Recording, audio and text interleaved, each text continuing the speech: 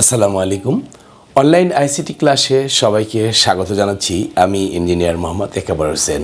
সুপ্রিয় শিক্ষার্থী, আজকের এই ক্লাসে আমরা জানব কিভাবে বাইনারি সংখ্যাকে দশমিক, অক্টাল এবং হেক্সাডেসিমাল সংখ্যায় রূপান্তর করা যায়। খুব সহজভাবে বোঝানোর চেষ্টা করব ইনশাল্লাহ। এজন্য তোমাদেরকে বলবো ভিডিওটা স্কিপ না করে পুরো ভিডিওটা দেখবে, আর দেখে ভালো লাগলে অবশ্যই লাইক, শেয়ার এবং কমেন্ট করবে। আর আমার আইসিটি ক্লাসের ধারাবাহিক ভিডিও পেতে অবশ্যই চ্যানেলটিকে সাবস্ক্রাইব করে পাশের বেল আইকনটি অন করে রাখবে, যাতে পরবর্তী ভিডিও আপলোড করার সঙ্গে সঙ্গে নোটিফিকেশান পেয়ে যাও। তো শুরু করছি আজকের ভিডিও।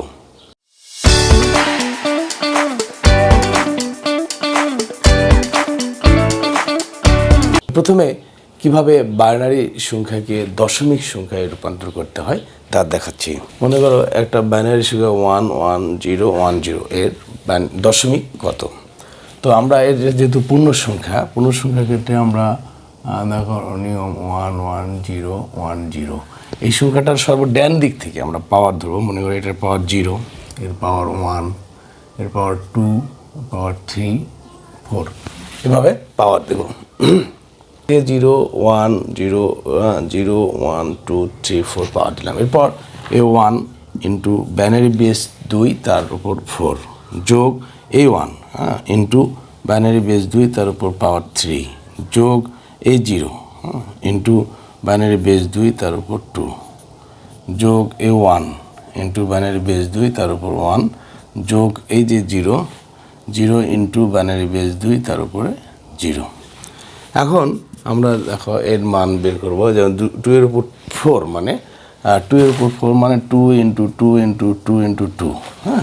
তার মানে কত দাঁড়ালো? 2 দুগুণ 4, 4 দুগুণ 8, 8 দুগুণ 16। এই 16 দিয়ে আবার অনেক গুণ করলে 16 হয়। যোগ এই 2 এর উপর 3 মানে 8, হ্যাঁ, 8 যোগ 2 এর উপর 4, 2 এর উপর 2 মানে 4, তার 0 সাথে গুণ হলে 0 হবে।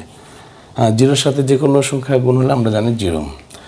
যোগ 2 এর উপর 1 মানে 2, 2 এর 2 এর 1 সাথে গুণ হলে 2 যোগ এই 2 এর উপর 0 মানে 1, হ্যাঁ, যে কোনো সংখ্যার উপর 0 মানে আমরা জানি 0 মানে 1, তাহলে 1 দিয়ে 0 গুণ করলে 0।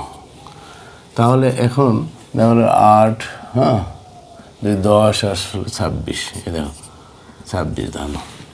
আমরা বাইনারি এত এর মান 26। আমরা যদি 26কে যদি এর আগে ভিডিওতে দেখাচ্ছি, যেমন 26কে যদি আমরা বাইনারি করি, দেখো 26কে কীভাবে বাইনারি করি, 2 দিয়ে ভাগ করে 13 দুগুণ 26, অবশিষ্ট থাকলো 0।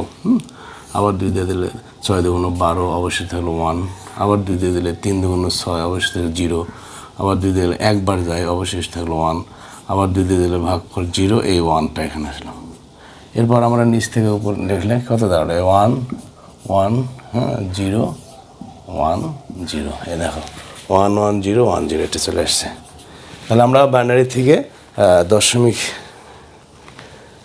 কীভাবে করতে হয় জানলাম। তাহলে পূর্ণ সংখ্যার ক্ষেত্রে সর্ববাম দিক থেকে 0 1 2 3 4 এভাবে পাওয়ার দেবো। এখানে যদি আরও কোনো অঙ্ক থাকতো তাহলে আমরা 5 দিতাম। তো এটা পূর্ণ সংখ্যার ক্ষেত্রে। এখন আমরা ভগ্নাংশযুক্ত সংখ্যার আমরা দেখাচ্ছি। এবার এটা একটা ভগ্নাংশযুক্ত সংখ্যা, যেমন এটা পূর্ণ সংখ্যা, এটা ভগ্নাংশযুক্ত। এটা দশমিক মান কীভাবে বের করব?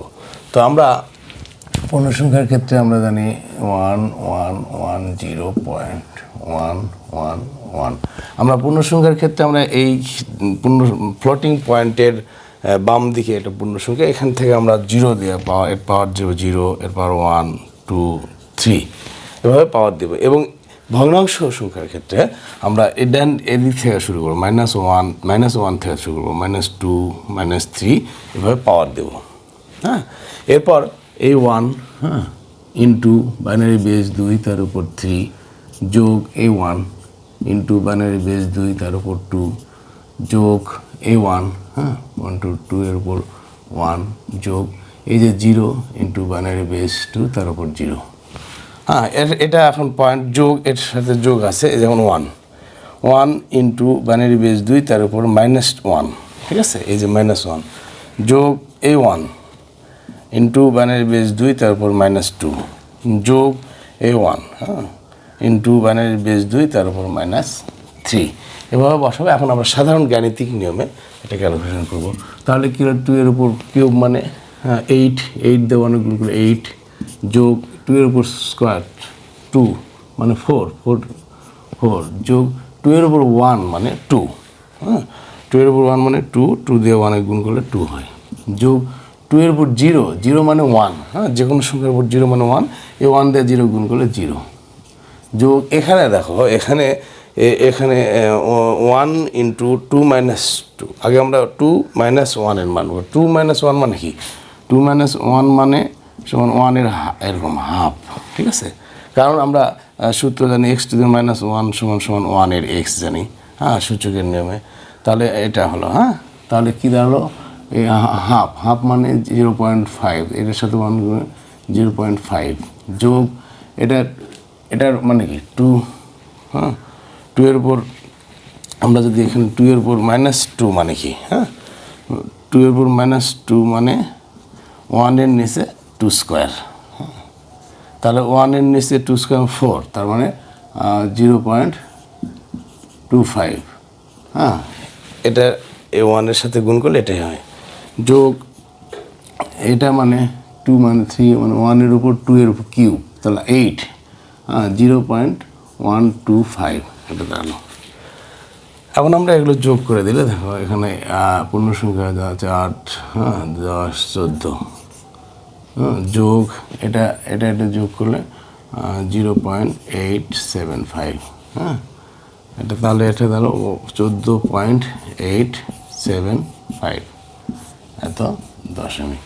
তাহলে আমরা এই যে বাইনারি সংখ্যা, এই বাইনারি সংখ্যা এত ইন্টু 1 1 1 এত এর দশমিক দাঁড়ালো 14.875, ঠিক আছে, ওকে। এখন আমরা কিভাবে বাইনারি সংখ্যাকে অক্টাল সংখ্যায় রূপান্তর, এখন আমরা বাইনারি সংখ্যাকে কিভাবে অক্টাল সংখ্যায় রূপান্তর করা হয় তা দেখাবো। তোমরা দেখো এখানে 110011.1011 এটা একটা ভগ্নাংশযুক্ত বাইনারি সংখ্যা, এর অক্টাল মান বের করতে হবে। তো আমরা এর নিয়মটা আমরা এখানে নেব 11001.10111, হ্যাঁ এটা এই যে ফ্লোটিং পয়েন্টের বাম দিকে পূর্ণ সংখ্যা, এদিকে ভগ্নাংশযুক্ত। তাহলে আমরা পূর্ণ সংখ্যার ক্ষেত্রে আমরা ডান দিক থেকে এরকম 3টে করে বিট জোড়া করব, হ্যাঁ এই যে 1 1 আর 0 এই 3টে মিলে একটা গ্রুপ করলাম। এরপরে এখান থেকে এদিক থেকে 3টা, হ্যাঁ এরপরে দেখো 1 আছে, হ্যাঁ আমরা এখানেও 3টে করব, কিন্তু বাকিগুলো আমরা শূন্য দ্বারা পূরণ করব। এভাবে 2টা শূন্য দ্বারা 3টা বিট করলাম।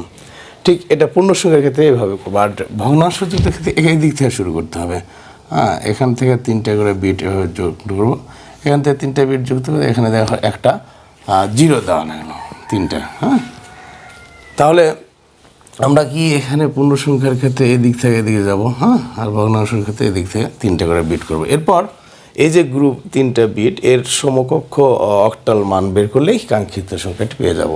তাহলে আমরা 001 এর অক্টাল মান কত, 1, হ্যাঁ 1, হ্যাঁ এর 100 এর অক্টাল মান 4, আর 011 এর অক্টাল মান 3, এই দশমিক, হ্যাঁ 101 মানে 5, হ্যাঁ এর 5, আর 110 মানে এর অক্টাল মান 6। তাহলে আমরা এই পেয়ে গেলাম, তার মানে 110011.10111 এত এর অক্টাল মান 143.56, ওকে। আমরা এরপর আমরা এখন কিভাবে বাইনারি টু হেক্সাডেসিমাল, কিভাবে বাইনারি সংখ্যাকে হেক্সাডেসিমাল সংখ্যায় রূপান্তর করতে হয় তা দেখাচ্ছি। মনে করো এটা একটা বাইনারি সংখ্যা এবং ভগ্নাংশযুক্ত, এটা পূর্ণ সংখ্যা, এটা ভগ্নাংশযুক্ত সংখ্যা। এই বাইনারি সংখ্যার হেক্সাডেসিমাল মান কত, হ্যাঁ তো হেক্সাডেসিমাল সেক্ষেত্রে আমরা নিয়ম দেখাচ্ছি। দেখো 1 এখানে 1101111.1011 1 1 1। এখন আমরা নিয়ম হচ্ছে পূর্ণ সংখ্যার ক্ষেত্রে আমরা ডান দিকে এখানে আমরা অক্টাল সংখ্যায় যখন রূপান্তর করলাম তখন 3 বিট করে করলাম, এখানে 4 বিট করে আমরা জোড়া করব। হ্যাঁ, 4 বিটের একটা করে গ্রুপ করব। তারপরে এখানে যে 4 বিটের গ্রুপ করতে এখানে দেখা 3টা হলো, বাকিটা 0 দ্বারা পূরণ করব। ঠিক ভগ্নাংশ যোগের ক্ষেত্রে আমরা এখান থেকে আমরা শুরু করব 4 বিটের। হ্যাঁ, দেখলাম এরপরে এখানে দেখা 3টে একটা আছে, আরও 3টা 0 দ্বারা 4টা বিট করব। এরপর যে কাজটা হবে, এই যে গ্রুপের মান এই সমকক্ষ হেক্সাডেসিমালে রূপান্তর করলেই এই যে বাইনারি সংখ্যা 4 বিটের 0 1 1 0 এর হেক্সাডেসিমাল মানে রূপান্তর করতে হবে। যেমন হেক্সাডেসিমাল মানগুলো এটা 6, হ্যাঁ, 1 1 1 1 এটার হেক্সাডেসিমাল মান হচ্ছে 15 বলে যেহেতু হেক্সাডেসিমাল না, এটা এফ পয়েন্ট, হ্যাঁ, 1 0 1 1 এটার মান কি দাঁড়ালো 11 মানে বি, হ্যাঁ, আর 1 0 0 এটার হেক্সাডেসিমাল মান 8, তাহলে কী দাঁড়ালো 6F পয়েন্ট বি 8। হ্যাঁ, তাহলে আমরা কী বললাম 1 1 0 1 1 1 1 পয়েন্ট 1 0 1 1 1, এত এর হেক্সাডেসিমাল 6F পয়েন্ট বি 8। ওকে, তাহলে আমরা বাইনারি থেকে কিভাবে হেক্সাডেসিমাল সংখ্যায় রূপান্তর করতে হয় তা বুঝলাম। তো আমরা বাইনারি থেকে যখন আমরা অক্টালে করলাম ঠিক একই নিয়ম। অক্টালের ক্ষেত্রে আমরা শুধু পূর্ণ সংখ্যার ক্ষেত্রে এখান থেকে 3 বিট করে একটা গ্রুপ করব। হ্যাঁ, 3 বিট এদিক থেকে যেমন ভগ্নাংশ সংখ্যার ক্ষেত্রে এদিকে যাব, আর এর পূর্ণ সংখ্যা দিয়ে আর এদিক থেকে এদিকে যাব। তাহলে এখান থেকে 3টা বিট করতে যদি ফাঁকা থাকে তাহলে এদিকে বাম দিকে তারা পূর্ণ সংখ্যার ক্ষেত্রে 0 দ্বারা পূর্ণ করব 3টা বিট অক্টালের ক্ষেত্রে। হ্যাঁ, আর এদিকে আর হেক্সাডেসিমালের ক্ষেত্রে ঠিক 4টা করে বিট খালি করতে হবে, একই নিয়ম, এই 4টা করে বিট করতে হবে। এদিকে যদি ফাঁকা থাকে তাহলে বাম দিকে 0 দ্বারা 4টা বিট পূর্ণ করতে হবে, আর ভগ্নাংশের ক্ষেত্রে এদিকে ডান দিকে 0 দ্বারা পূর্ণ করতে হবে।